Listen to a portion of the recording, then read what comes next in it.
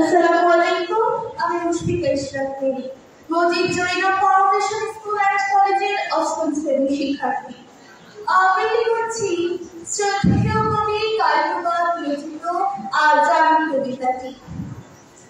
কেউই শোনালো মোরে আজানের ধ্বনি, মর্মে মর্মে সেই সুর বাজিল কি সুমধুর, আকুল হইল প্রাণ নাচিল ধমনী, কি মধুর আজানের ধ্বনি।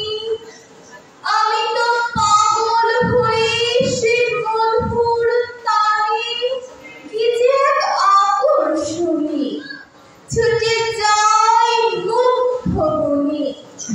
কি নিশীথে কি দিবসে মসজিদের পানে, হৃদয়ে তারে তারে প্রাণীর শোণিত ধারে, কি যে এক ঢেউ ওঠে ভক্তির তুফানে।